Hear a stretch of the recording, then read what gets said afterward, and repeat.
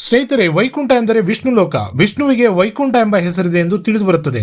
ಕಾರಣ, ಒಂದು ಮನ್ವಂತರದಲ್ಲಿ ವಿಷ್ಣುವು ವೈಕುಂಠ ಎಂಬ ಸ್ತ್ರೀಯಲ್ಲಿ ಅವತರಿಸಿದನು. ಇದರಿಂದಾಗಿ ನಾರಾಯಣನಿಗೆ ವೈಕುಂಠ ಎಂಬ ಹೆಸರು ಬಂತು ಎಂದು ಮಹಾಭಾರತದ ಶಾಂತಿ ಪರ್ವದಲ್ಲಿ ತಿಳಿದು ಬರುತ್ತದೆ. ಇನ್ನು ಏಕಾದಶಿ ಎಂದರೆ ಚಾಂದ್ರಮಾನದ 11ನೇ ತಿಥಿ ಎಂದು ಸ್ಥೂಲವಾಗಿ ಹೇಳಬಹುದು. ಏಕಾದಶಿ ಎಂದರೆ ಒಂದು ವ್ರತ. ಏಕಾದಶಿಯ ದಿನದಂದು ಉಪವಾಸವಿದ್ದು ದ್ವಾದಶಿಯ ದಿನ ಆ ತಿಥಿಯಲ್ಲಿ ನಿತ್ಯ ಕರ್ಮ ಮುಗಿಸಿ ಭೋಜನ ಮಾಡಬೇಕು. ದಶಮಿ ಎಂದು ಅಂದರೆ ಏಕಾದಶಿಯ ಹಿಂದಿನ ದಿನ ಒಂದು ಹೊತ್ತು ಮಧ್ಯಾಹ್ನ ಊಟ ಮಾಡಿ ಭೋಗಗಳನ್ನು ತ್ಯಜಿಸಿ ಮರುದಿನ ಏಕಾದಶಿಯ ಉಪವಾಸ ಮಾಡಬೇಕು. ಇಲ್ಲಿ ಉಪವಾಸ ಎಂದರೆ ಆಹಾರ ಸೇವಿಸದಿರುವುದು ಎಂಬುದು ಅರ್ಥವಾದರೆ, ಇನ್ನೊಂದು ಅರ್ಥ ಭಗವಂತನ ಸಮೀಪದಲ್ಲಿರುವುದು, ಅಂದರೆ ಶುಚಿಯಾಗಿ ಎಡಬಿಡದೆ ಭಗವಂತನ ಸ್ಮರಣೆ ಮಾಡುವುದು ಎಂದರ್ಥ. ಇದರಿಂದ ಏಕಕಾಲಕ್ಕೆ ದೇಹಕ್ಕೆ ವಿಶ್ರಾಂತಿ, ಮನಸ್ಸಿಗೆ ಭಗವನ್ ನಾಮವನ್ನ ಸ್ಮರಣೆಯಿಂದ ಶಾಂತಿ ದೊರೆಯುತ್ತದೆ ಎಂಬುದು ಹಿರಿಯರ ಅನುಭವದ ಮಾತಾಗಿದೆ. ಹೀಗೆ ಎಡೆಬಿಡದೆ ಏಕಾದಶಿ ವ್ರತವನ್ನು ಮಾಡುವುದರಿಂದ ದೇಹದ ಮತ್ತು ಮನಸ್ಸಿನ ಸ್ವಾಸ್ಥ್ಯವನ್ನು ಕಾಪಾಡಿಕೊಳ್ಳಬಹುದು. ಮಹಾಕವಿ ಕಾಳಿದಾಸ ಹೇಳಿರುವಂತೆ, ಶರೀರ ಮಾಧ್ಯಂ ಖಲು ಧರ್ಮ ಸಾಧನಂ, ಧರ್ಮ ಸಂಪಾದನೆಗೆ ಸ್ವಸ್ಥ್ಯ ಶರೀರ ಅತ್ಯಗತ್ಯ.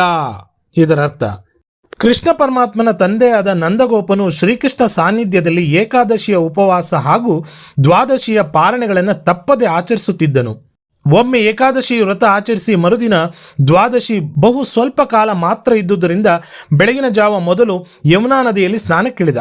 ಅದು ರಾಕ್ಷಸರ ಸಂಚಾರದ ಕಾಲವಾದ್ದರಿಂದ ವರುಣದೇವನ ಸೇವಕನಾದ ರಾಕ್ಷಸ ನಂದಗೋಪನನ್ನು ವರುಣನ ಬಳಿಗೆ ಎಳೆದೊಯ್ದನು. ಇತ್ತ ನಂದನು ಎಷ್ಟು ಹೊತ್ತಾದರೂ ಬಾರದಿರಲು ಗೋಪಾಲ ಕುಲದವರೆಲ್ಲರೂ ಬಲರಾಮಕೃಷ್ಣರಿಗೆ ಸುದ್ದಿ ಮುಟ್ಟಿಸಿದರು. ಸರ್ವಜ್ಞನಾದ ಶ್ರೀಕೃಷ್ಣನು ಅವರಿಗೆಲ್ಲ ಅಭಯವಿತ್ತು ತಂದೆಯವರನ್ನು ಕರೆತರುವುದಾಗಿ ಹೇಳಿ ವರ್ಣಲೋಕಕ್ಕೆ ಬಂದನು. ದೇವದೇವನಾದ ಶ್ರೀಕೃಷ್ಣನ ನಮಿಸಿದ ವರ್ಣ ತನ್ನ ಸೇವಕನಿಂದಾದ ಅಪರಾಧವನ್ನು ಮನ್ನಿಸಬೇಕೆಂದು ಪ್ರಾರ್ಥಿಸಿದ. ಶ್ರೀಕೃಷ್ಣ ವರ್ಣನನ್ನು ಆಶೀರ್ವದಿಸಿ ತಂದೆಯೊಡನೆ ಗೋಕುಲಕ್ಕೆ ಹಿಂದಿರುಗಿದನು. ನಂದಗೋಪನಿಗೆ ಪರಮಾನಂದವಾಯಿತು. ವರ್ಣಲೋಕದ ವೈಭವ ಹಾಗೂ ತನ್ನ ಮಗನಾದ ಶ್ರೀಕೃಷ್ಣನಿಗೆ ಸಿಕ್ಕ ಭವ್ಯ ಸ್ವಾಗತ ಮುಂತಾದವುಗಳನ್ನು ಎಳೆ ಎಳೆಯಾಗಿ ಬಿಡಿಸಿ ಹೇಳಲಾಗಲು ಗೋಪಾಲರಿಗೆಲ್ಲ ಹೆಮ್ಮೆ ಎನಿಸಿತು. ಆದರೆ ಶ್ರೀಕೃಷ್ಣ ಸಾಕ್ಷಾತ್ ಪರಮೇಶ್ವರನೇ ನಿಜ, ಆದರೆ ಅವನ ನಿಜರೂಪ ಅರಿಯಲಾರೆವು ಎಂದು ಪರಿತಪಿಸಿದರು. ಇದನ್ನರಿತ ಕೃಷ್ಣ ಎಲ್ಲರಿಗೂ ಯಮುನಾ ನದಿಯಲ್ಲಿ ಬ್ರಹ್ಮಕುಂಡ ಎಂಬ ಮಡುವಿನಲ್ಲಿ ಮುಳುಗಿ ಬರುವಂತೆ ತಿಳಿಸಿದ. ಅದರಂತೆ ಅವರೆಲ್ಲರೂ ಮಾಡಲಾಗಿ ಅವರ ಕಣ್ಣಿಗೆ ವೈಕುಂಠ ಕಾಣಿಸಿತು. ಅವರ ಮನಸ್ಸು ತೃಪ್ತಿ ಹೊಂದಿತು. ಶ್ರೀಕೃಷ್ಣ ಪರದೈವವೆಂಬ ಅವರ ನಂಬಿಕೆ ಸ್ಥಿರವಾಯಿತು. ಬಹುಶಃ ಈ ಕಾರಣಕ್ಕಾಗಿ ಏಕಾದಶಿಯನ್ನು ವೈಕುಂಠ ಏಕಾದಶಿ ಎಂದು ಕರೆಯಲಾಯಿತು. ಪುರಾಣಗಳಿಗೆ ಮಹತ್ವವಾದ ಸ್ಥಾನವಿದೆ. ಅವು ಜನಜೀವನಕ್ಕೆ ಹೊಂದಿಕೊಂಡು ಹೋಗುವ ವಿಷಯಗಳನ್ನು ಪ್ರತಿಪಾದಿಸುತ್ತವೆ. ಜಗದ ಉದ್ಧಾರಕ್ಕಾಗಿ ವ್ಯಾಸರು 18 ಪುರಾಣಗಳನ್ನು ರಚಿಸಿದರು. ಇಂತಹ ಪುರಾಣಗಳಲ್ಲಿ ನಾರದೀಯ ಪುರಾಣ ಸಹ ಒಂದು. ನಾರದರ ಪ್ರೇರಣೆಯಿಂದ ಅನೇಕ ಪವಿತ್ರ ಗ್ರಂಥಗಳ ಪೂಜೆ ಪುರಸ್ಕಾರಗಳು, ವ್ರತಕಥೆಗಳು ಈ ಜಗತ್ತಿಗೆ ಬಂದಿದೆ. ಇಂತಹ ಪವಿತ್ರ ವ್ರತಗಳಲ್ಲಿ ಅತ್ಯಂತ ಶ್ರೇಷ್ಠವಾದ, ಶ್ರೇಯಸ್ಕರವಾದ, ಸಕಲರು ಸುಲಭದಲ್ಲಿ ಆಚರಿಸಲು ಯೋಗ್ಯವಾದ ವ್ರತ ಎಂದರೆ ಅದು ಏಕಾದಶಿ ವ್ರತ. ಭಗವಾನ್ ಶ್ರೀಕೃಷ್ಣನ ಪ್ರಕಾರ ಸಕಲ ತೀರ್ಥ ಕ್ಷೇತ್ರಗಳಿಂದ, ಸಕಲ ಪುಣ್ಯ ಕ್ಷೇತ್ರಗಳಿಂದ ಲಭಿಸಿದ ಪುಣ್ಯ ಏಕಾದಶಿಗೆ ಸಮನಾಗಲಾರದು. ಆದ್ದರಿಂದ ಏಕಾದಶಿಯು ಬಹಳ ಮಹತ್ವಪೂರ್ಣವಾಗಿದೆ.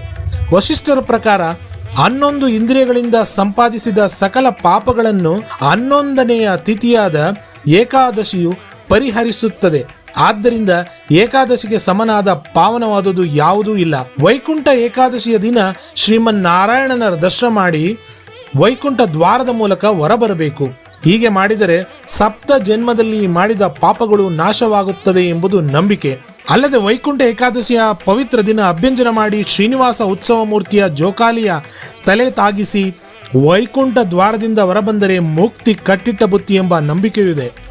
ವೈಕುಂಠ ಏಕಾದಶಿ ಸೂರ್ಯನು ಉತ್ತರಾಯಣಕ್ಕೆ ಬದಲಾಗುವ ಮೊದಲು ಬರುವ ಧನುರ್ಮಾಸದ ಶುದ್ಧ ಏಕಾದಶಿಯನ್ನ ವೈಕುಂಠ ಏಕಾದಶಿ ಅಥವಾ ಮುಕ್ಕೋಟಿ ಏಕಾದಶಿ ಅಂತ ಕರೀತಾರೆ. ಸೂರ್ಯನು ಧನುಸ್ಸಿನಲ್ಲಿ ಪ್ರವೇಶಿಸಿದ ಅನಂತರ ಮಕರ ಸಂಕ್ರಮಣದವರೆಗೆ ನಡೆಯುವ ಮಾರ್ಗ ಮಧ್ಯೆ ಮುಕ್ಕೋಟಿ ಏಕಾದಶಿ ಬರುತ್ತದೆ. ಈ ದಿನ ವೈಕುಂಠದ ಬಾಗಿಲು ತೆರೆದಿರುತ್ತದೆ ಎಂದು ವೈಷ್ಣವ ಆಲಯಗಳಲ್ಲಿ ಉತ್ತರ ದ್ವಾರದ ಬಳಿ ಮುಂಜಾನೆ ಭಗವಂತನ ದರ್ಶನಕ್ಕಾಗಿ ಕಾದಿರುತ್ತಾರೆ. ಈ ದಿನ ಮಹಾವಿಷ್ಣು ಗರುಡ ವಾಹನದ ಮೇಲೆ 3 ಕೋಟಿ ದೇವತೆಗಳೊಂದಿಗೆ ಭೂಲೋಕಕ್ಕೆ ಇಳಿದು ಬರುತ್ತಾನೆ ಎಂಬುದು ಭಕ್ತರ ನಂಬಿಕೆಯಾಗಿದೆ. ಒಂದು ಏಕಾದಶಿ 3 ಕೋಟಿ ಏಕಾದಶಿಗಳಿಗೆ ಸಮವಾದ ಪವಿತ್ರತೆಯನ್ನು ಹೊಂದಿರುವ ಕಾರಣ ಇದನ್ನು ಮುಕ್ಕೋಟಿ ಏಕಾದಶಿ ಅಂತ ಕರೀತಾರೆ. ಮುಕ್ಕೋಟಿ ಏಕಾದಶಿಯ ದಿನ ಆಲಾಹಲ ಅಮೃತ 2 ಹುಟ್ಟಿತ್ತು. ಇದೇ ದಿನವು ಶಿವನು ಆಲಾಹಲವನ್ನು ನುಂಗಿದ. ಮಹಾಭಾರತದ ಯುದ್ಧದಲ್ಲಿ ಭಗವದ್ಗೀತೆಯನ್ನು ಶ್ರೀಕೃಷ್ಣನು ಅರ್ಜುನನಿಗೆ ಇದೇ ದಿನ ಉಪದೇಶ ಮಾಡಿದ ಎಂಬ ನಂಬಿಕೆ ಕೂಡ ಇದೆ. ಈ ದಿನ ವಿಷ್ಣು ದೇವಾಲಯಗಳಲ್ಲಿ ವಿಶೇಷ ಪೂಜೆಗಳು, ಹೋಮ ಹವನ, ಜಪ ತಪಗಳು ನಡೆಯುತ್ತವೆ. ಈ ದಿನ ಉಪವಾಸ ಹಾಗೂ ಜಾಗರಣೆ ಮಾಡಿದರೆ ಒಳ್ಳೆಯದಾಗುವುದೆಂಬ ನಂಬಿಕೆ ಇದೆ. ಎಲ್ಲ ವಿಷ್ಣು ದೇವಾಲಯದ ಬಾಗಿಲುಗಳನ್ನು ಆ ದಿನ ತೆಗೆದಿರುತ್ತಾರೆ. ಮಾಮೂಲಿ ದಿನಗಳಲ್ಲಿ ಉತ್ತರ ದ್ವಾರಗಳನ್ನು ಮುಚ್ಚಲಾಗಿರುತ್ತದೆ.